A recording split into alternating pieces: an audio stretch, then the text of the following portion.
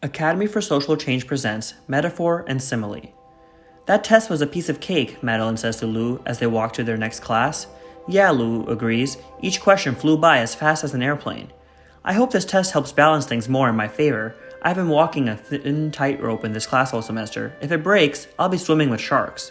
Your parents aren't that bad, Luke insists. Your dad's like a teddy bear, for Pete's sake. Throughout the daily conversations, we make plenty of comparisons.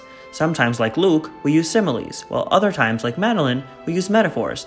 The main difference is that similes use like or as. Metaphors and similes are both comparisons.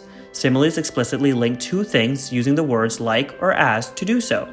Metaphors, meanwhile, are more subtle, implying an analogy without expressly stating one. One trick for remembering the difference between a simile and a metaphor is that the word like and simile both have i's in them, and as and simile both have an s. Remember that these rhetorical devices are a figurative linking of subjects. They're not stating the two things are exactly the same, but rather that there is a resemblance between them.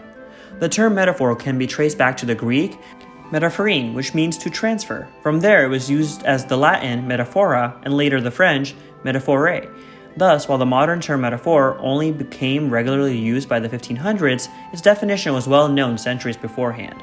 The term simile likewise only became commonplace by the 1500s, though the word is recorded being used 2 centuries earlier. It developed from the Latin word similis, which means like. Metaphors and similes are used for symbolic or poetic effect. It's understandable, then, why they've been employed so often in songs, poetry, and literature. They make abstract concepts like love and war easier to understand while painting a vivid picture. Emily Dickinson regularly employs metaphors to this effect. Hope is the thing with feathers that perches in the soul and sings the tune without the words, and never stops at all. Metaphors are more often used than similes when the speaker wants to create a dramatic or very passionate piece. However, similes can express a point just as clearly and beautifully, like in Margaret Mitchell's Gone with the Wind. The very mystery of him excited her curiosity like a door that had neither lock nor key. These rhetorical devices aren't only limited to the realm of storytelling. Since metaphors and similes are used to help convey an author's ideas vividly, they can be used to help explain concepts of any kind. Similes are more often used for this purpose, although metaphors can be employed as well.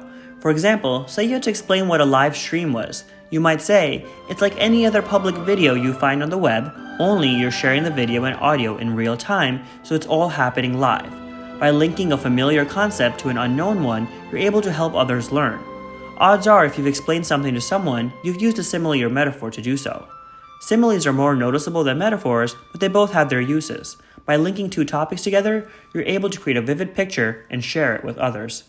Now it's your time to think further. When would you use a simile over a metaphor, or a metaphor over a simile?